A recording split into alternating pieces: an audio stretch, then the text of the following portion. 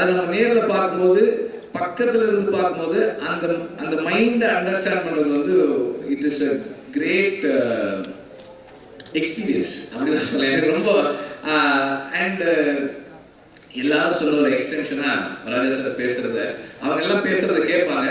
நான் அவருக்கு தெரியாம எப்போ போனாலும் இந்த கேமரா ஆன் பண்ணி அப்படி வச்சுட்டே உட்காந்து எல்லாம் ரெக்கார்ட் பண்ணி வச்சிருக்கேன்.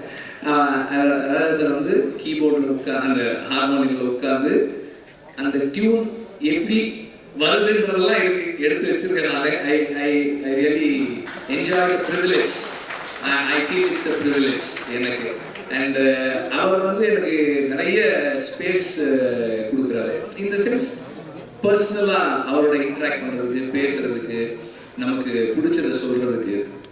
அப்புறம் வந்து ராஜா சார்கிட்ட நான் பார்த்தது ஒரு விஷயம் என்னன்னா, நம்ம ஒரு சாங் பண்ணுறோம், அந்த நேரம் நமக்கு அது கரெக்டாக இருக்கு.